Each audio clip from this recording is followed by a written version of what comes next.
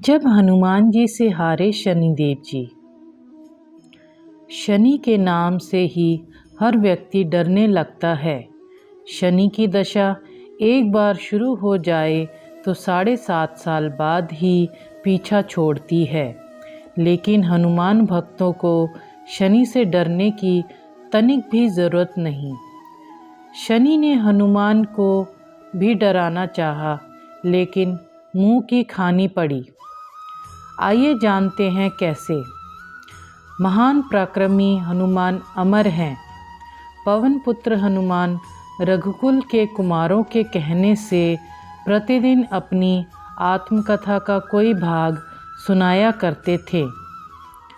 उन्होंने कहा कि एक बार संध्या समय अपने आराध्य श्री राम का स्मरण करने लगा तो उसी समय ग्रहों में पाप ग्रह मंद गति सूर्यपुत्र शनिदेव पधारे। वे अत्यंत कृष्ण वर्ण के भीषणाकार थे।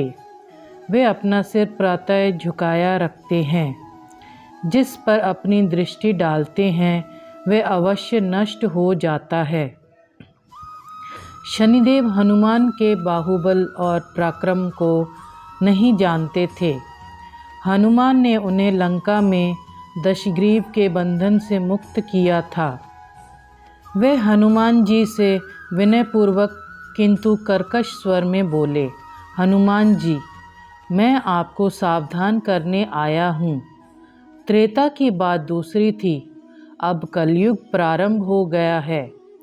भगवान वासुदेव ने जिस क्षण अपनी अवतार लीला का समापन किया, उसी क्षण से पृथ्वी पर कली का प्रभुत्व हो गया।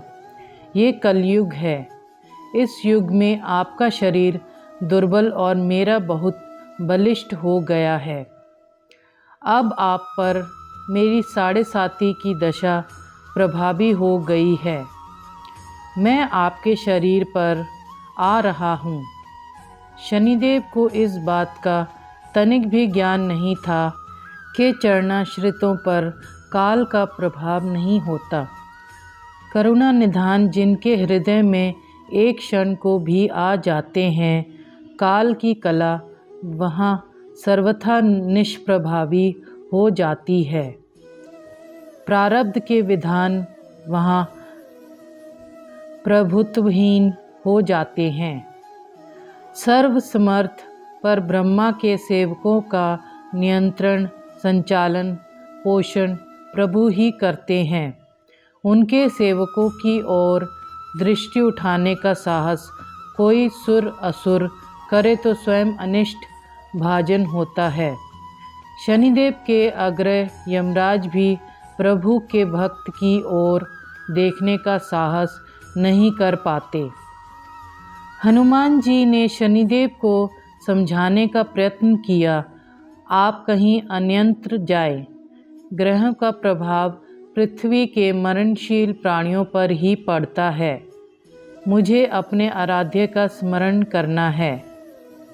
मेरे शरीर में श्री रघुनाथ जी के अतिरिक्त दूसरे किसी को स्थान नहीं मिल सकता। लेकिन शनिदेव को इससे संतोष नहीं मिला। वे बोले, मैं सृष्टिकर्ता के विधान से विवश हूँ। आप पृथ्वी पर रहते हैं, अतः आप मेरे प्रभुत्व क्षेत्र से बाहर नहीं हैं।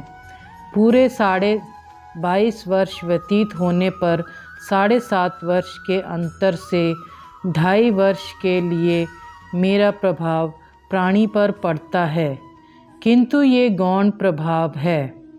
आप पर मेरी 7.5 आज इसी समय से प्रभावी हो रही हो। मैं आपके शरीर पर आ रहा हूँ, इसे आप टाल नहीं सकते।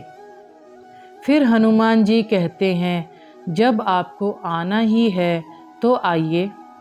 अच्छा होता कि आप मुझ वृद्ध को छोड़ ही देते। फिर शनिदेव कहते हैं, कलयुग में पृथ्वी पर देवता या उपदेवता किसी को नहीं रहना चाहिए। सबको अपना आवास सूक्ष्म लोकों में रखना चाहिए। जो पृथ्वी पर रहेगा वह कलयुग के प्रभाव में रहेगा और उसे मेरी पीड़ा भोगनी पड़ेगी। और ग्रहों में मुझे अपने अग्रज यम का कार्य मिला है। मैं मुख्य मारक ग्रह हूँ और मृत्यु के सबसे निकट वृद्ध होते हैं, अतः मैं वृद्धों को कैसे छोड़ सकता हूँ। हनुमान जी पूछते हैं, आप मेरे शरीर पर कहाँ बैठने आ रहे हैं? शनिदेव गर्व से कहते हैं, प्राणी के सिर पर। मैं 2.5 वर्ष प्राणी के सिर पर रहकर उसकी बुद्धि विचलित बनाए रखता हूँ। मध्य के 2.5 वर्ष उसके उदर में स्थित रहकर उसके शरीर को अस्वस्थ बनाता हूँ। वे अंतिम 2.5 वर्ष पैरों में रहकर उसे भटकाता हूँ। फिर शनिदेव हनुमान जी के मस्तक पर आ बैठे तो हनुमान जी के सिर पर खाज हुई। इसे मिटाने के लिए हनुमान जी ने बड़ा पर्वत उठाकर सिर पर रख लिया।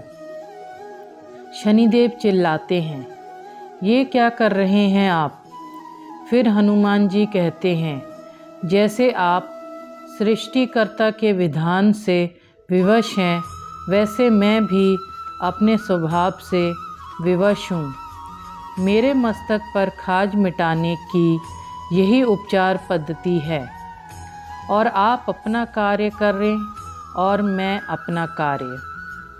ऐसा कहते ही हनुमान जी ने दूसरा पर्वत उठाकर सिर पर रख लिया। इस पर शनिदेव कहते हैं, आप इन्हें उतारिए, मैं संधि करने को तैयार हूँ। उनके इतना कहते ही हनुमान जी ने तीसरा पर्वत उठाकर सिर पर रख लिया तो शनिदेव चिल्लाकर कहते हैं, मैं अब आपके समीप नहीं आऊँगा। फिर भी हनुमान जी नहीं माने और चौथा पर्वत उठाकर सिर पर रख लिया। शनिदेव फिर चिल्लाते हैं, पवन कुमार त्राहि माम त्राहि, रामदेव आज्ञाई नमः। मैं उसको भी पीड़ित नहीं करूँगा जो आपका स्मरण करेगा। मुझे उतर जाने का अवसर दें। हनुमान जी कहते हैं, बहुत शीघ्रता की, अभी तो 5वां पर्वत बाकी है। और इतने में ही शनि मेरे पैरों में गिर गए और कहा, मैं सदैव आपको दिए वचनों को स्मरण रखूँगा। आघात के उपचार के लिए शनिदेव तेल मांगने लगे। हनुमान जी तेल कहाँ देने वाले थे। वही शनिदेव आज भी तेल दान से तुष्ट होते हैं।